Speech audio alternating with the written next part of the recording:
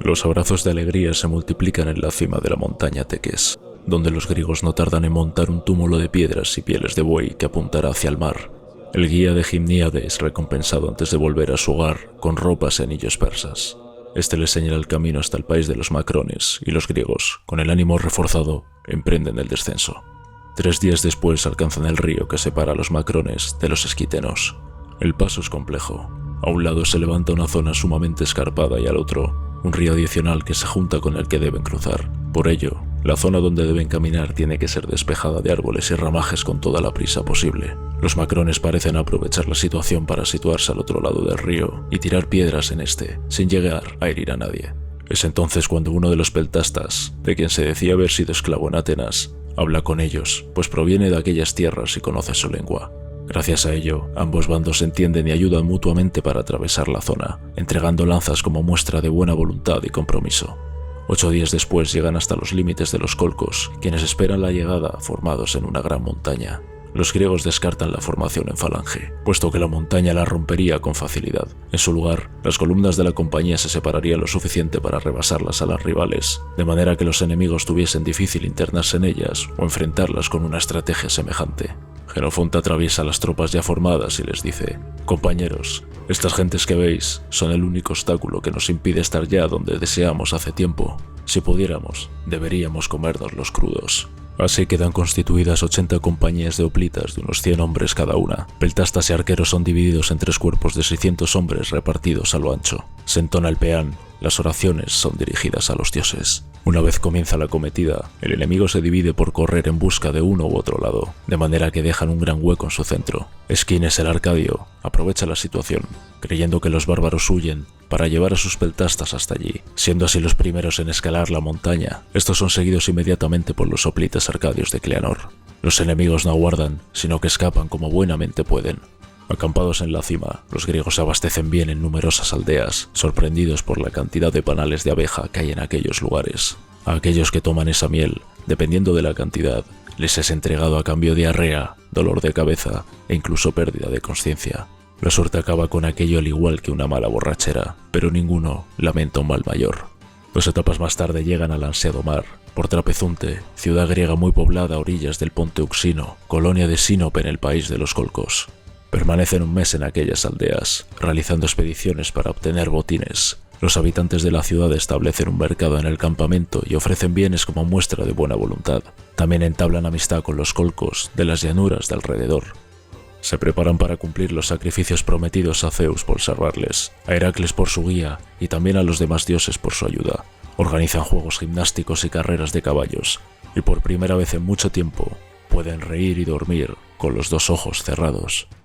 Se decide que Quirínofo marchará por mar en busca de una flota que pueda sacar a todos de allí sin necesidad de dar un paso más, pero el campamento tiene serias dificultades para mantenerse donde está. Para empezar, la escasez de recursos obliga a los griegos a realizar expediciones en busca de víveres, cada vez con mayor peligro y más lejos, hasta el punto de comprender que deben comenzar a caminar hacia el oeste. Las embarcaciones disponibles se llenan con niños, mayores de 40 años y enfermos. El resto pasa a revista. Quedan 8.600 hombres de los que partieron en un principio.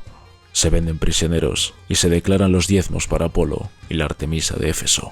A su paso, los pueblos de los mesinecos deniegan su entrada y resultan de naturaleza hostil, por lo que se envía ofertas de alianza con los enemigos de estos, logrando así el aporte de hombres que llegan por mar en pequeñas y ligeras embarcaciones. El primer intento de lucha junto a ellos resulta ser un fracaso. Los aliados, armados con lanzas y hachas, se ven en retirada junto a los griegos que buscan suerte en la incursión. Muchos pierden sus cabezas mientras el enemigo baila y canta junto a lo que queda de sus cuerpos. Mejor organizados la segunda vez, los griegos logran arrebatar la fortificación y quemar vivo a su rey en la torre, quien se negaba a salir. Las gentes de aquellas tierras son considerados los más bárbaros de todos cuantos han encontrado en su camino. Sus costumbres son excéntricas, todas sus pieles blancas, y muchos son engordados a base de frutos secos. Cuando logran entrar en la ciudad griega de Cotiora, tras jornadas de paz, los miedos y reservas de los colonos impiden acoger a los mercenarios, lo que provocaría problemas con sus tributarios de Sinope. En este momento ya han recorrido, desde la batalla en la que pereció Ciro el joven, 620 parasangas. Todo comenzó una primavera, y ya han llegado a otra. Las intenciones de Jenofonte por establecer una colonia en aquellas tierras ante la perspectiva de no tener una manera de regresar despierta la irritación de muchos de sus hombres. Esto deriva en debates y acusaciones que acaban con una purificación del ejército, donde son acusados y condenados aquellos que han obrado mal en el pasado. Jenofonte es acusado de maltrato a algunos soldados, pero sabiendo justificar sus actos dentro del contexto bélico y demostrando culpas ajenas, logra no solo la absolución, sino salir reforzado como líder. Finalmente, tras un hermoso banquete amenizado por bailes de unos y otros, se decide marchar a Sinope por mar. La renovada relación con los paflagonios les hace llegar hasta el puerto de Sinope, donde Quirínofo también llega a bordo de un trireme sin una solución para sus problemas. Se decide que la mejor manera de afrontar el regreso es bajo un único mando de todos los griegos, y aunque Jenofonte es visto como el mejor candidato, este se niega tras consultar a los dioses mediante sacrificios. Así, Quirínofo es nombrado jefe de todos, y así ponen rumbo durante 2 días junto a la costa hasta llegar a Heraclea, ciudad griega. Pero allí, a pesar de ser recibidos con víveres, su escasez lleva a los griegos a mayores exigencias y la ciudad se cierra y defiende ante un posible ataque. Por ello, los griegos abandonan la idea de tener un solo líder 16 días después de nombrar a Quirínofo y las filas se separan en 3 partes. Por un lado, 4.500 hoplitas arcadios y aqueos marchan con barcos de los heracleotas hacia el oeste para llegar lo antes posible a tierras de los bitinios donde hacer botín. Desembarcan en Calpe y arrasan algunas aldeas hasta que poco a poco los tracios van mermando sus compañías y les aíslan en una colina donde la situación parece no tener una salida clara. En segundo lugar, 1.400 hoplitas y 700 peltastas marchan con Quirínofo también hacia Calpe y también por mar, aunque Quirínofo parece estar enfermo. Por último, con Jenofonte marchan por tierra 1.700 hoplitas, 300 peltastas y 40 unidades de caballería, donde encuentran a unos ancianos que les informan de la situación de los arcadios y los aqueos sitiados en la colina. Vista su reunificación como la única vía para sobrepasar aquellas tierras, Jenofonte organiza la ofensiva. Sitúan el mayor número de hogueras posible una vez encuentran al enemigo y las apagan de golpe en medio de la noche. Esto provoca no solo la huida de los tracios, sino la de los aliados griegos que habían sido sitiados, por lo que a la mañana siguiente no queda nadie en su posición. En cualquier caso, y poco tiempo después, los hombres de Jenofonte, los arcadios y aqueos se encuentran en el puerto de Calpe y vuelven a abrazarse como hermanos.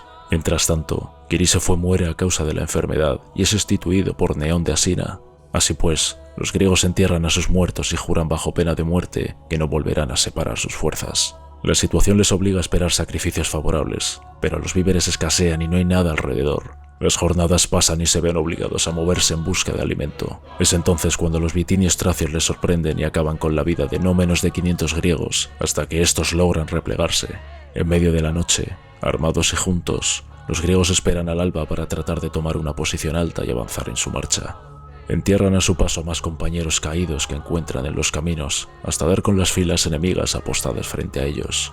Los griegos forman 3 columnas y avanzan con dificultad a través de una cañada. Su superioridad técnica acaba por hacer huir a los enemigos una vez se encuentran, y deben darles caza en su carrera para asegurar que no vuelvan a juntarse. Una vez acaba el enfrentamiento, se levanta un trofeo y se dispone el campamento a la espera de barcos que les lleven a tierras propiamente griegas. Caminan 6 días hasta la ciudad de Crisópolis, donde se dedican a vender su botín y cruzan hacia Bizancio, pero una vez allí se les deniega el acceso y los griegos entran a la fuerza creando un enorme desconcierto. Jenofonte logra tranquilizarles y sacarles fuera de allí para evitar la enemistad de los lacedemonios. De aquí en adelante, su paso por asentamientos tracios hará que las tropas vayan causando abandonos paulatinamente, como si se tratase de un saco de grano que ha sufrido un corte en las costuras. Los movimientos políticos y militares acabarán por llevar a muchos de esos soldados de vuelta a Persia para luchar contra Tisafernes, pero Jenofonte entregará las tropas en Pérgamo para así dar por finalizada su travesía. La Anábasis de Ciro será escrita por Jenofonte años después y servirá otras décadas más tarde a Filipo II de Macedonia y a su hijo, Alejandro, como guía para cambiar el curso de toda la historia.